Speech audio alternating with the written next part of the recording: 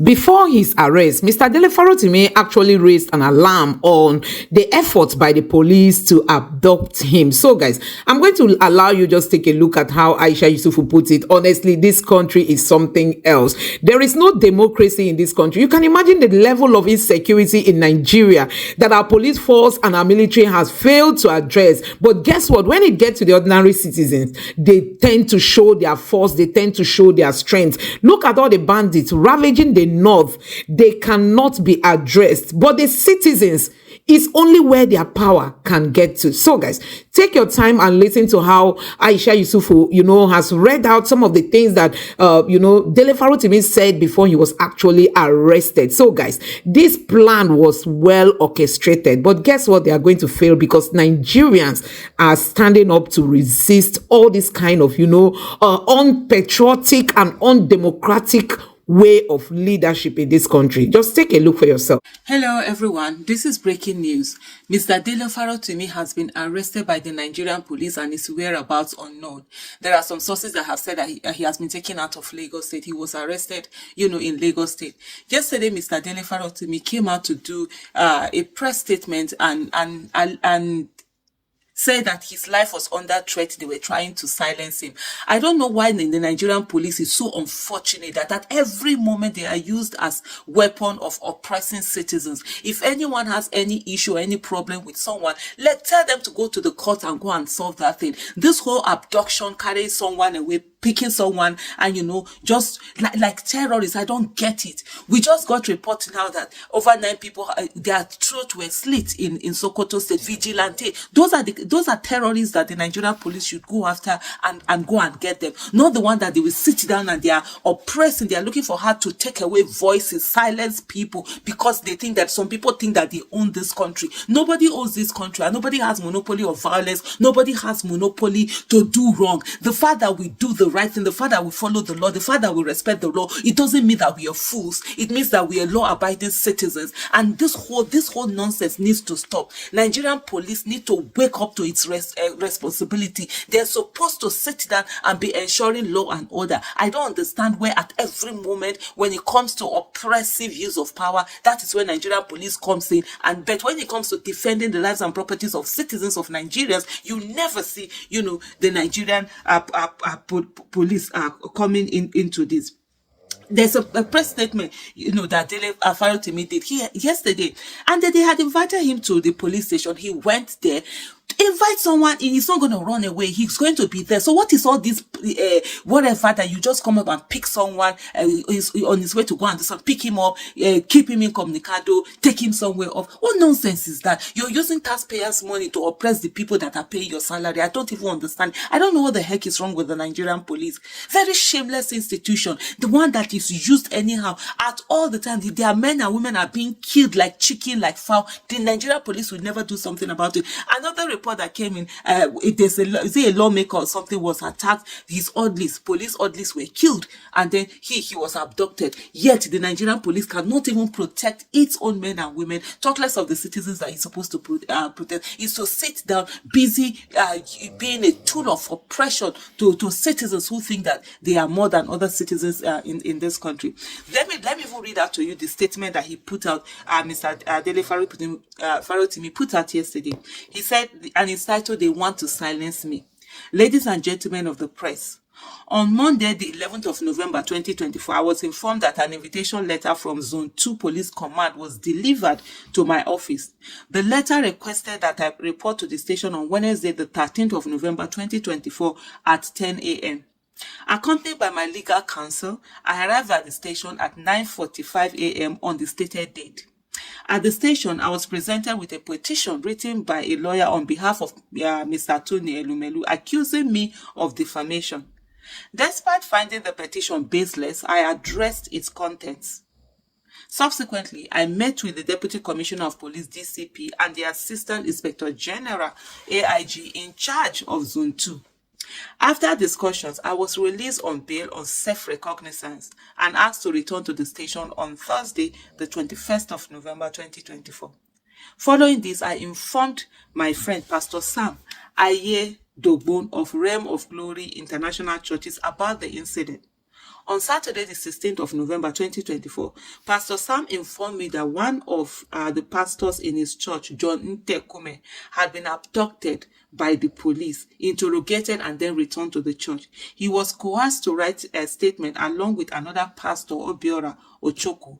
The police showed them a petition written by Chief Afe Babalola in Ekiti State, addressed to the Ekiti State Police Command, and demanded that they lure me to the church to facilitate my arrest. Can you imagine? Can you imagine how shameless the Nigerian police it can be? Can't you reach out to him? Don't you know his address? Don't you know where he is? The pastors informed the police that they had no means of doing so, as I am not a hidden person and do not have a direct relationship with them.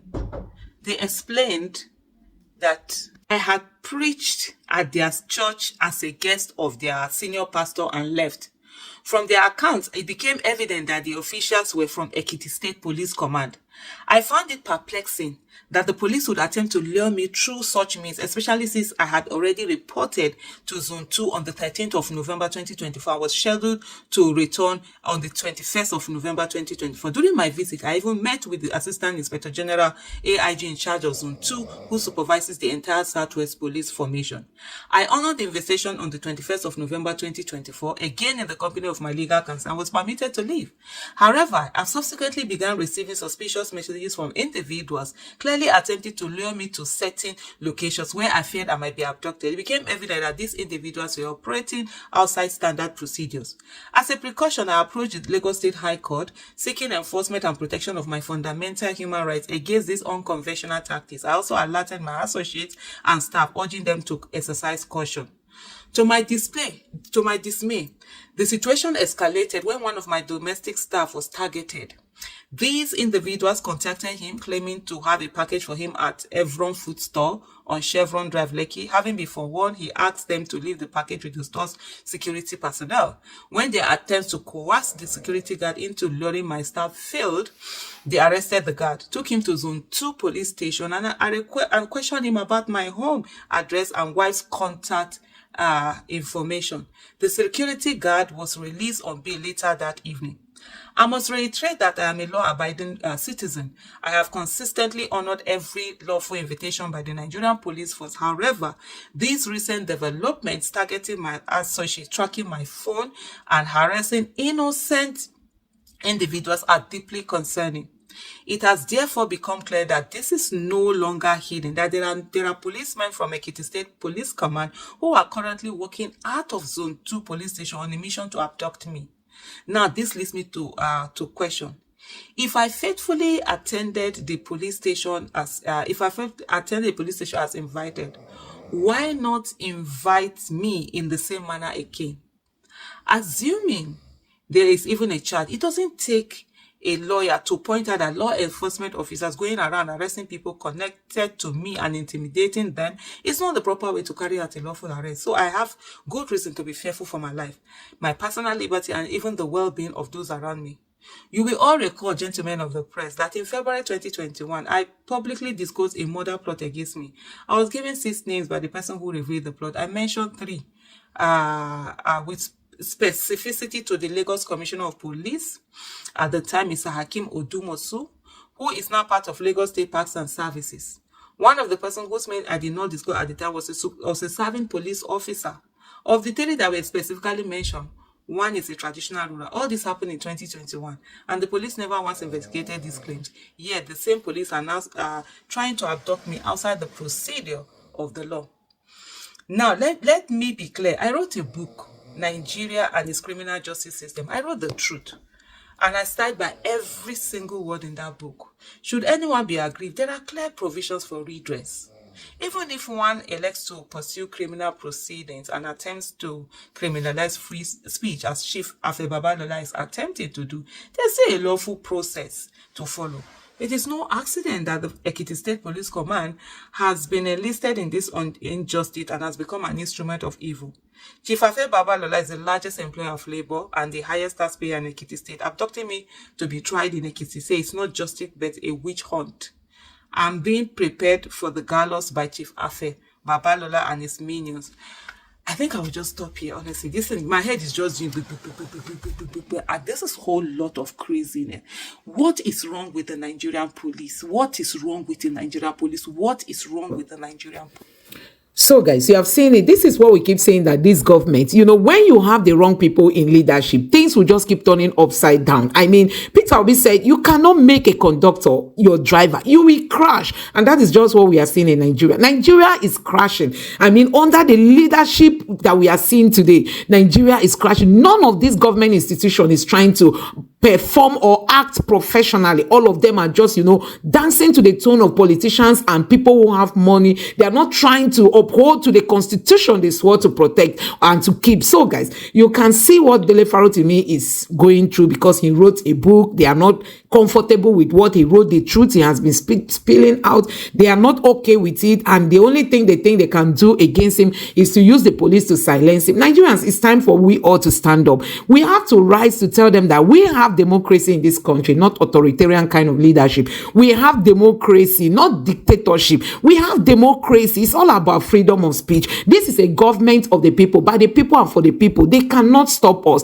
and that is why at such a time Nigerians should not be quiet. I mean, these politicians, and all these people who believe they are wealthy, they can use the police the way they want, they must be stopped. No doubt people are having double mind, when it comes to, community policing, because these people will always want to use all these security agents to dance to their own tune. So, guys, let me know what you think about what is happening in this country now. Let me know your thoughts on, the arrest of Dele Farotimi and the claim of the police that he's needed for defamation. Did they really defame anybody, or is it just what they want to use to confuse the public? Let me know your thoughts in the comment section below. Please don't forget to subscribe to the channel, turn on the notification bell. Please give this video a like so that YouTube can recommend it to others, and drop your thoughts in the comment section below. Thank you.